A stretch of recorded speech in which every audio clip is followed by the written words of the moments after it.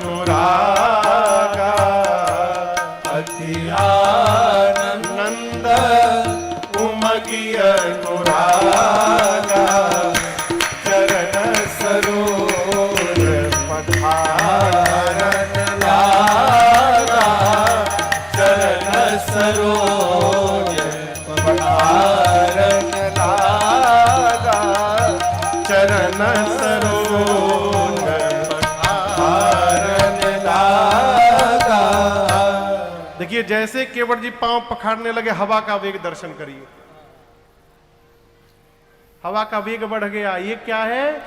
केवट जी राम जी की आज्ञा, केवट राम रजायसु, रजायसु यानी राज आज्ञा। निषाद राजगुह भी बोले ठीक है जल्दी लेकर आओ। कठौता में जल भर कर लाए और लगी धोने। अति आनंद उमगी अनुरागा चरण सरोज पखारन लागा। किस नदी के किनारे केवट जी भगवान का पांव धो रहे हैं? जोर से कहिए। आपको एक बात मैं बताऊं, केवट जी जब कठौता में गंगा जल लेकर राम जी के चरण के पास आए ना, उस समय गंगा जी में वेग बढ़ गया। गंगा जी की धारा उफान मारने लगी। गंगा मैया बार बार बोलने लगी धन्यवाद केवट जी, धन्यवाद केवट जी। केवट जी मुड़कर बोले मां आप मुझे क्यों धन्यवाद कह रही हैं? गंगा जी बोली केवट जी मैं आपका जीवन भर ऋणी हो गई। आज एक ब्रह्मा जी और शंकर जी थे जिन्होंने मुझे भगवान के चरण से दूर कर दिया था। एक आप है केवट जी जो इस गंगा को फिर से भगवान की चरणों तक पहुंचा दिए। मैं आपकी ऋणी हो गई केवट जी। गंगा जी में वेग बढ़ गया था। केवट जी पांव पखारे और उसी चरणामृत से अपने पितरों का तर्पण करके केवट जी ने अपने पितरों को मुक्त कर दिया। देवता जैसे हवा बह गए ना यहां पर, उसी प्रकार देवता आकाश से केवट जी के ऊपर पुष्प की वर्षा करते। कहते हैं आज पूरे भूभाग में केवट जी से अधिक पुण्यशाली दूसरा कौन होगा? जिस चरण के लिए महात्मा मुनि तपस्या करते हैं, केवट जी उन्हीं चरणों को अपने हाथ से पखार डाले। आज केवट जी से बड़भागी दूसरा कोई नहीं हो सकता। केवट जी भगवान को, मैया को, लक्ष्मण भैया को, निषाद राजगु को गंगा जी में बिठाएं, नाव में बिठाएं और गंगा जी में चले। गंगा जी की धारा बढ़ गई है। नाव अपने आप भागने लगी।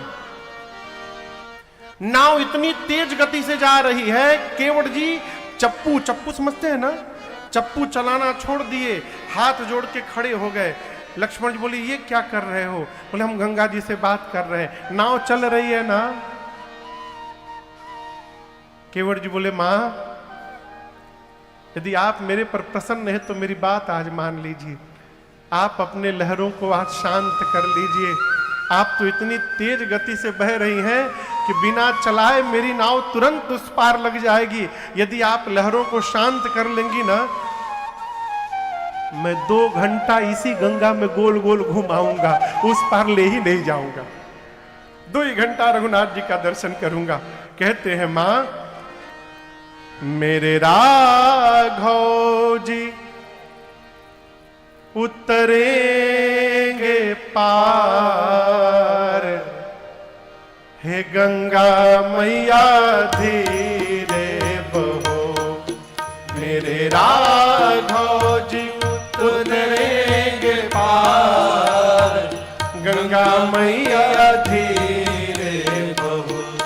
गंगा धीरे बहो, गंगा धीरे बहो, हो गंगा धीरे बहो, हो गंगा धीरे बहो, हो गंगा धीरे बहो, हो गंगा धीरे बहो, हो गंगा धीरे बहो, हो गंगा धीरे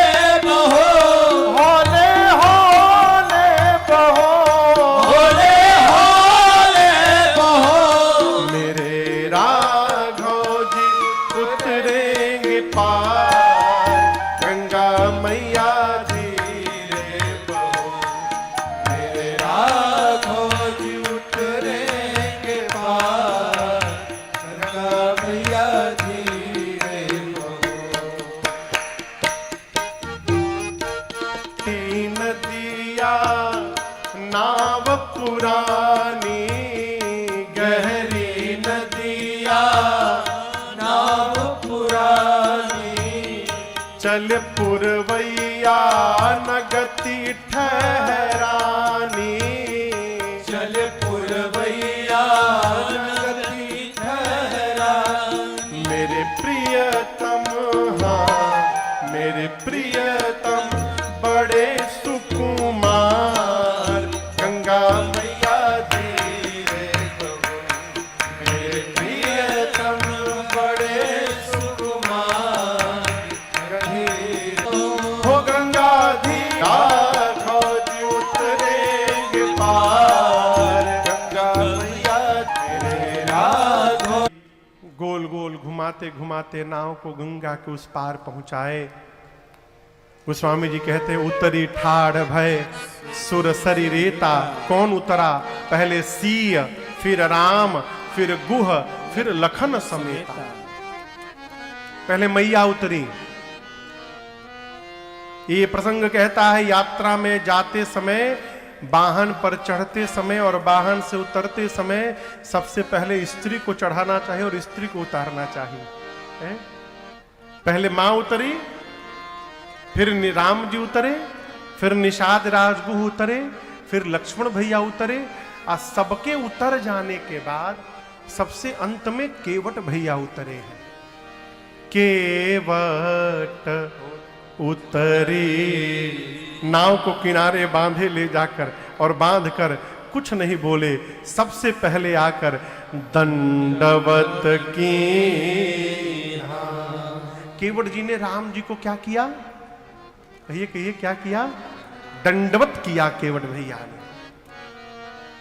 अब बोल करके दंडवत नहीं किया। मोह बस कुटिल हृदय अज्ञान। इतना बोलने के बाद हनुमान जी दूसरा ट्राई किए, फिर से दंडवत किए।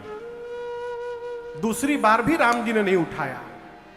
हनुमान जी डिस्टर्ब, राम जी का स्वभाव नहीं है भगवान का, आखिर प्रभु मुझे उठा क्यों नहीं रहे?